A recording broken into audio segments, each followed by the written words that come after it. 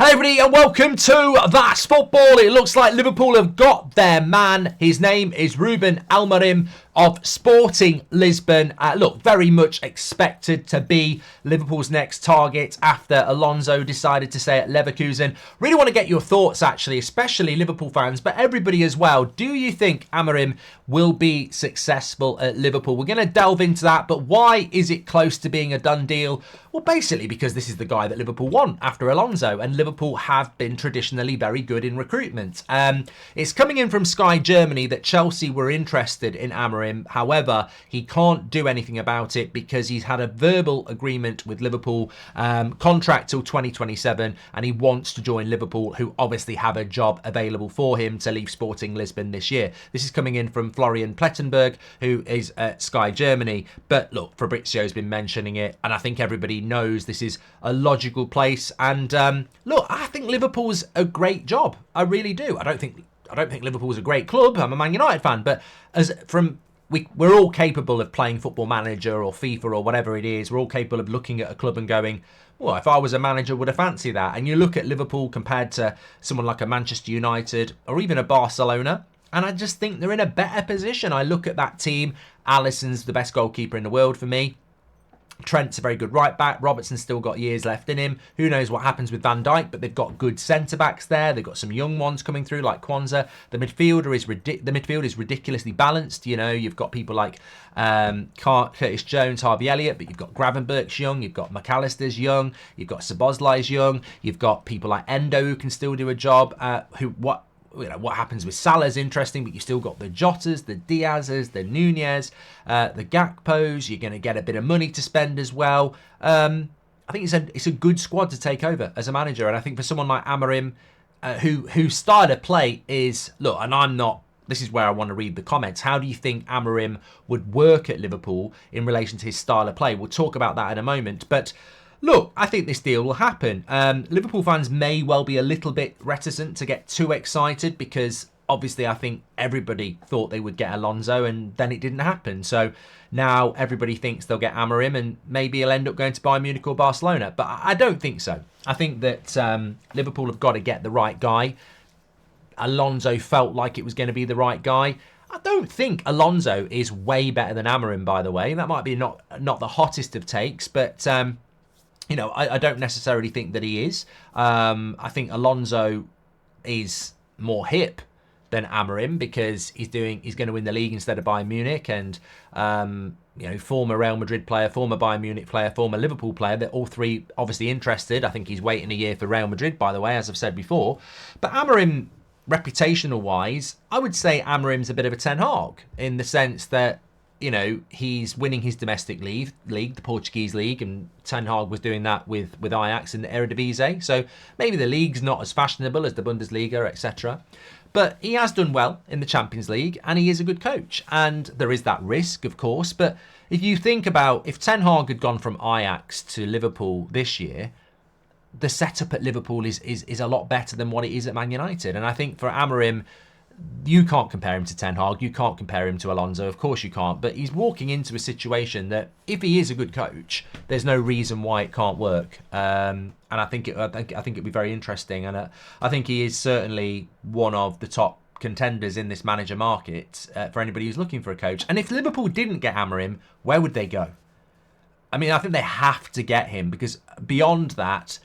I think De Zerbi's a massive red flag. I really do. And where else are you going to go? So Nagelsmann maybe, but I think Nagelsmann would be a good coach at Liverpool. I think he would work. But I think Amorim is the right one to go for. And I think that's where obviously they're going to land.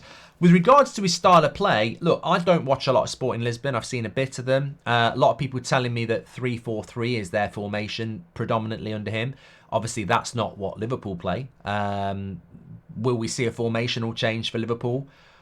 Maybe. They've certainly got ways that they can make that work. It would be interesting to see Liverpool playing a 3-4-3 next season compared to what we've been used to under Jurgen Klopp. But these are the transitional changes you're going to see. We're not going to see Liverpool continue playing 4-4-2 or whatever Klopp plays. It's not a 4-4-2, is it? But you know what I mean. It's more of a 4-3-3. But we're not going to see that we're going to see a new identity. We're going to see a new Liverpool, and the transition may be bumpy at the start, but he certainly likes to press high up the pitch. He certainly looks to move the ball quickly, and I think these are things that, it's not going to come and park the bus is basically what I'm saying. And I think that predicting the formation he's going to play and how close it's going to be to Klopp and how the players adjust to that is just absolutely pointless. He could hit the ground running like someone like Ange has at Spurs. He could hit the ground running. It could be a slow burner. Look, as a Man United fan, the first seasons have tended to go quite well. It's the second season where it goes wrong. But sometimes it can be a slow start and then everything goes well, as we've seen with people like Arteta and Klopp previously. But I think he's walking into a club that has got foundations. I've said this before so many times that it surprised me that Klopp was going, because I felt he was doing a Sir Alex and rebuilding another team to dominate with. And obviously you respect why Klopp wants to walk away, because it's it's fatigue. But I think Liverpool are in a good position. Be very interesting to see what transfer budget there is available and what players look to leave in the summer. But in a way, look, we're running before we can walk on this deal. But if Amorim does come in and Salah goes and maybe Van Dijk goes and maybe a Trent goes or something like that, and you end up with, I don't know, a bit of money from that, it might not be the bad.